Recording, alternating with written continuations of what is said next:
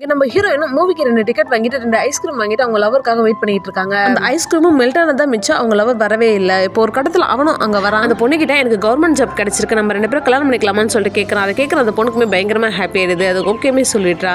3 வருஷத்துக்கு அப்புறம் காட்டுறாங்க. அந்த பையன் உட்காந்து சாப்பிட்டுட்டு இருக்கான். அப்ப சாப்பிடுறப்ப ஒரு கல்ல கடிச்சிடுறான். அந்த பொண்ணுமே அவ கையில துப்ப சொல்லி கையை நீட்டுறான். அந்த பையனுமே அந்த கையில துப்புறான். அதனால அந்த பொண்ணை போட்டு பயங்கரமா அடிச்சிடுறான். டெய்லி குடிச்சிட்டு அந்த பொண்ணு ஏதாவது ஒரு ரீசன் வச்சு அடிச்சுக்கிட்டு தான் இருக்கான். இந்த விஷயம் அந்த பிளாட்ல இருக்க எல்லாருக்குமே தெரியுது.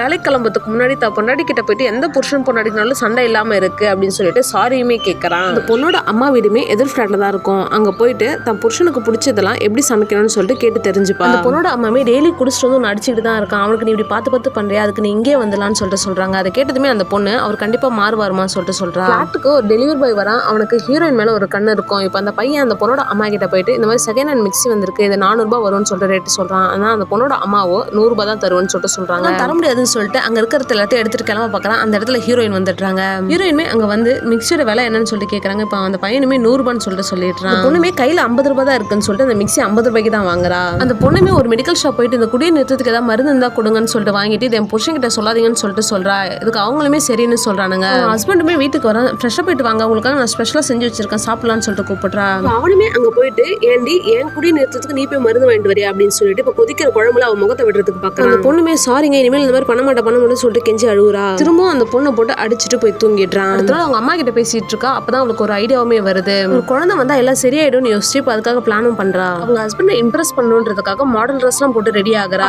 காண்டம்ல பின்ன வச்சு ஓட்ட போட்டு எல்லாத்தையுமே அவங்க ஹஸ்பண்ட் ஒத்துக்க ரெடி பண்ணி வச்சுக்கிறா.